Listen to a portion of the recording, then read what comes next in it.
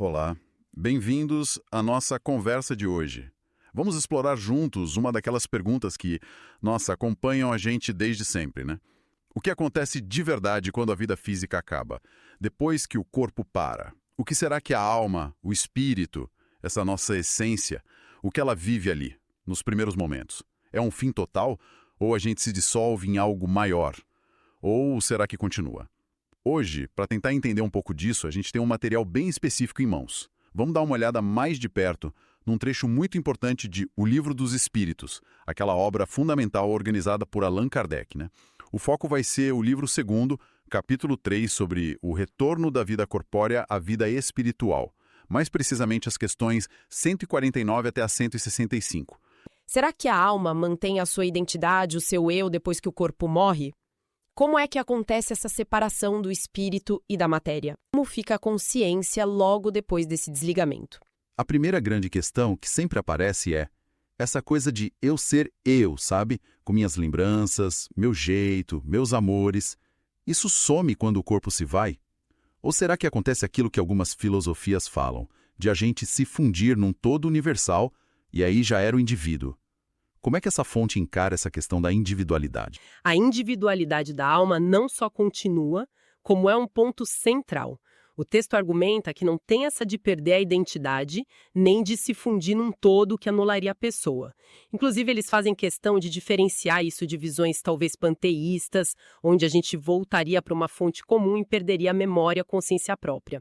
A ideia aqui é de continuidade mesmo, do ser individual. O texto aponta principalmente para duas coisas que juntas segurariam essa individualidade. A primeira é a existência de algo que eles chamam de perispírito. Seria tipo um envoltório de energia, meio material, meio fluídico, que fica com o espírito. Esse perispírito, ele não só liga o espírito ao corpo em vida, mas depois da morte ele guardaria uma espécie de molde da última forma física, sabe? E também seria por onde o espírito sentiria as coisas no outro plano. Ah, o perispírito. Isso. E o segundo fator, talvez o mais fundamental, é a própria consciência e a memória completa. O livro enfatiza que o espírito leva tudo, o que viveu, o que aprendeu, o que sentiu, especialmente no lado moral. As escolhas boas, as ruins, são essas experiências e a consciência de si que definem quem o espírito é e para onde ele vai, né? O desejo de melhorar, as lembranças, tudo isso vai junto na bagagem. Então, o perispírito seria tipo uma interface, um corpo mais sutil, e a memória seria o HD, o registro da jornada. Faz sentido dentro dessa lógica. E a fonte chega a dar alguma prova ou argumento para defender essa ideia da individualidade que continua? Sim, sim. Na questão 152, o texto fala do que eles consideram uma prova prática: as comunicações com os espíritos. O argumento é que quando os espíritos se comunicam, eles mostram personalidades diferentes, conhecimentos específicos, jeitos de falar, virtudes, defeitos, lembram de coisas das vidas passadas. Ah, claro. Essa variedade toda seria para eles a prova de que cada um continua sendo um indivíduo, que não se perdeu numa massa sem forma. É como se cada um continuasse sendo ele mesmo, com sua história, seu nível, né? Cada um depois da morte física.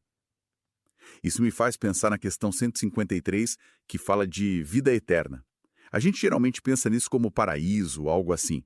Como o texto define vida eterna nesse ponto? A vida eterna, ali na 153, se refere basicamente à vida do espírito. Ela é da natureza dele, sabe? O espírito não acaba. A vida eterna é o estado normal do espírito, diferente da vida do corpo, que é passageira, temporária. Então, quando morre, a alma não entra na vida eterna como algo novo. Ela volta para ela, para o seu jeito de existir natural. Entendi, é um retorno. Isso. Agora, a questão 153 fala da felicidade eterna. Aí sim, seria um estado para ser conquistado, um objetivo para quem alcança um grau alto de pureza moral, de perfeição. Mas a vida em si, existir como espírito individual, consciente, essa continua para todo mundo, estando feliz ou não. A jornada continua, sempre. Essa diferença é fundamental. Vida eterna como natureza, felicidade eterna como conquista. Ok, ficou bem mais claro. Agora, vamos para um ponto que, nossa, causa muita ansiedade em muita gente. O momento da separação mesmo. O desligamento da alma e do corpo. A gente vê muito em filme, na arte, aquela coisa de agonia, luta, dor intensa para quem está partindo. O que essas passagens de Kardec dizem sobre a experiência da alma naquele instante? Pois é. Aqui tem um ponto que pode surpreender muita gente se a gente olhar as questões 154 a 158. A visão que o livro traz é que a separação em si, o espírito saindo do corpo, geralmente não é dolorosa para o espírito. O sofrimento físico, a dor do corpo falhando, isso pertence à vida do corpo que está acabando. A alma, como consciência, não sentiria essa dor física final do corpo. Pode sentir a confusão, a perturbação da mudança, mas não a dor física propriamente dita. Não doloroso para o espírito. Isso muda muito a forma de ver. E o texto vai até além, né? Eu lembro de ler na 154 que, para o espírito que viveu bem, mais desapegado, a morte pode ser até uma libertação, um gozo, o fim do exílio na Terra. E quando é morte natural, de velhice, a descrição é quase poética. Compara a uma lâmpada que apaga por falta de óleo. Algo suave, muitas vezes sem a pessoa nem perceber o momento exato da passagem. Exatamente. Essas descrições tentam tirar aquele mito de que a morte é sempre um trauma para o espírito. A dor estaria mais ligada à vida que acaba do que à liberdade que começa. E como é que essa separação acontece na prática? A questão 155 explica de um jeito interessante. Não seria algo de repente, um corte. Pelo contrário, é descrito como um processo gradual. Os laços que unem o perispírito ao corpo físico vão se afrouxando aos poucos, molécula a molécula, como diz lá, até romper de vez. Um desligamento aos poucos, como um fruto maduro. E o tempo que isso leva varia. O que faz ser mais rápido ou mais devagar? Sim, varia bastante. A questão 155 indica que os fatores principais são a força desses laços e, principalmente, o nível moral do espírito e o quanto ele era apegado à vida material. Quanto mais a pessoa viveu focada só nas coisas materiais, nos prazeres, nas preocupações daqui, mais fortes e numerosos seriam esses laços. Aí a separação fica mais lenta, mais difícil, talvez mais confusa e até penosa em termos de sensação para o espírito. Por outro lado, um espírito mais evoluído moralmente, mais desapegado, teria um desligamento bem mais rápido e tranquilo. Entendo. O apego à matéria segurando a pessoa. Isso me faz pensar em situações específicas. O texto fala, por exemplo, da agonia que algumas pessoas passam antes de morrer. Como isso se encaixa nesse processo gradual? A questão 156 fala justamente disso. Ela sugere que, em alguns casos de agonia longa, a alma pode já ter se desligado em parte ou até totalmente do corpo físico antes de tudo parar de funcionar. O corpo continuaria ali, só pela vida orgânica, enquanto o espírito já estaria se libertando, às vezes até já consciente do outro lado, mas ainda ligado por um fiozinho. Em outros casos, claro, a agonia pode ser sofrimento real, físico e espiritual, ligado às angústias da vida. E tem o contrário também. Algum tipo de visão boa no final. Tem sim, a questão 157 fala da possibilidade de um êxtase na hora da morte. Seria um estado em que a alma, já se soltando, poderia ter uma visão clara, antecipada do mundo espiritual. Uma espécie de trailer do que vem pela frente, o que poderia trazer calma, consolo. Certo, então temos a individualidade que fica, a separação como um processo gradual, não necessariamente doído para o espírito, e que depende do desapego, da moral, e aí? O que acontece logo depois que a separação acaba? A alma acorda do outro lado? Como é essa chegada no mundo espiritual? É sempre uma recepção calorosa? Tudo claro na hora? As questões 159 e 160 começam a tratar disso. A primeira sensação ao despertar nesse novo estado dependeria muito da consciência de cada um, de como a pessoa viveu. Para quem é considerado justo ali na fonte, o sentimento seria mais de alívio, paz, felicidade. Já para quem carrega muitos erros, uma consciência pesada, a sensação inicial poderia ser de medo, angústia ou um vazio muito grande. A realidade que se percebe seria um reflexo direto do estado interno do espírito. E os reencontros? Aquela esperança de rever quem a gente ama e que já foi. O texto confirma isso? Confirma sim. A questão 162 é bem clara quanto a isso. Diz que os espíritos que se amaram se reencontram com alegria no mundo espiritual. O amor mútuo seria o elo que puxa um para o outro. Pessoas queridas que já estão lá podem vir receber quem chega, dar apoio, ajudar na adaptação. Seria um tipo de boas-vindas baseado nos laços de afeto construídos. Isso conforta. Mas essa chegada, esse despertar, é sempre assim, lúcido e imediato para todo mundo? Ou tem alguma fase de adaptação, talvez uma confusão no começo? É aí que entra um conceito bem importante que a fonte traz. a perturbação espiritual. Isso é detalhado mais nas questões 163 a 165. O texto deixa claro que, na maioria das vezes, o despertar do outro lado não é como acender uma luz e pronto, tudo claro. Geralmente tem um período inicial de confusão, de perturbação. Perturbação espiritual. O que é isso exatamente? É tipo ficar perdido, sem saber onde está? Exatamente isso. A fonte descreve como um atordoamento, uma espécie de torpor. Compara a sensação com a de quem acorda de um sono muito pesado e leva um tempo para entender onde está, o que aconteceu, quem é. A alma precisa de um tempo para se reconhecer como espírito livre da matéria, para processar a mudança de estado, de percepção. É um período de transição, de ajuste à nova realidade, à nova dimensão. A clareza, via de regra, não é instantânea. Faz sentido ter um tempo de ajuste. E o que influencia a força e, principalmente, o tempo que dura essa perturbação? Algumas pessoas ficam nesse estado mais tempo que outras. Sim, e a questão 164 é bem específica nos fatores que determinam isso. São principalmente 3. Primeiro, a elevação moral. Espíritos mais adiantados moralmente, mais puros, teriam uma perturbação bem curta, quase nada, se reconhecendo quase na hora. A consciência leve e o entendimento da vida espiritual ajudariam. Segundo, o apego à matéria.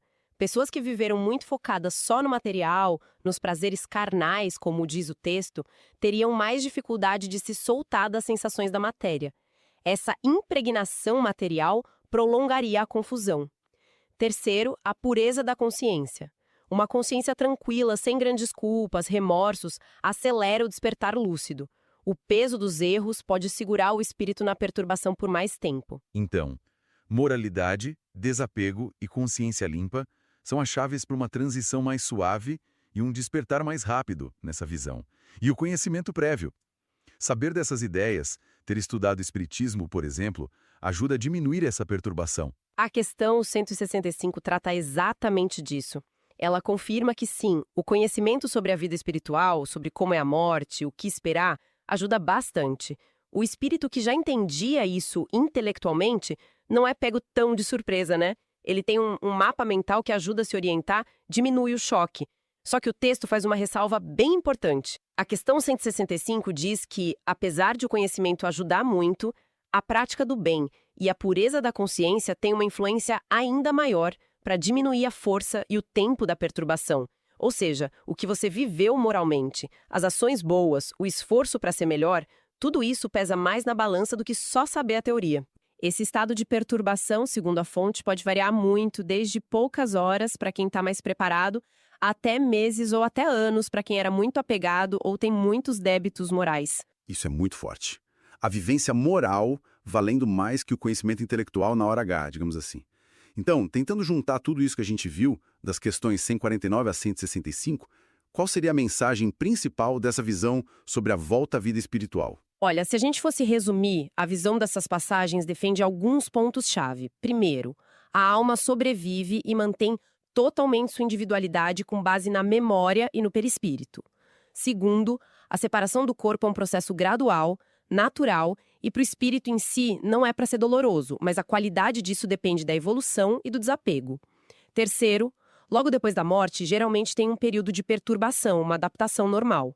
E o tempo e intensidade disso dependem muito da bagagem moral, da consciência e do desapego que a pessoa cultivou em vida. Ligando esses pontos com a visão mais ampla do Livro dos Espíritos, a morte física não é vista como um fim, uma tragédia, mas como uma etapa normal, necessária na jornada de evolução do espírito. É um retorno para o mundo espiritual, que seria o estado natural e permanente do ser, enquanto a vida no corpo é vista como uma experiência passageira para aprender, para passar por provas. Esse retorno marca o começo de um tempo de adaptação, de balanço da vida que passou, de reencontros e de preparação para os próximos passos na evolução, seja voltando para a matéria ou vivendo outras fases na própria vida espiritual. Essa ideia da morte como etapa, retorno e não fim, realmente dá outra perspectiva. E pensando nisso tudo, especialmente na influência da nossa vida agora sobre essa passagem e o despertar depois, fica uma reflexão, né? Se a clareza com que a gente chega lá do outro lado, a rapidez com que a gente se reconhece e se adapta, depende tanto do nosso desapego das coisas só materiais e principalmente da consciência moral que a gente constrói todo dia aqui e agora, como será que cada escolha nossa, cada prioridade, cada ato de bondade ou de egoísmo já está, nesse exato momento, tecendo a nossa própria experiência futura de transição? Talvez essa preparação não seja algo para depois, mas algo que acontece a cada instante, nas pequenas e grandes decisões da vida. É algo para a gente pensar, né?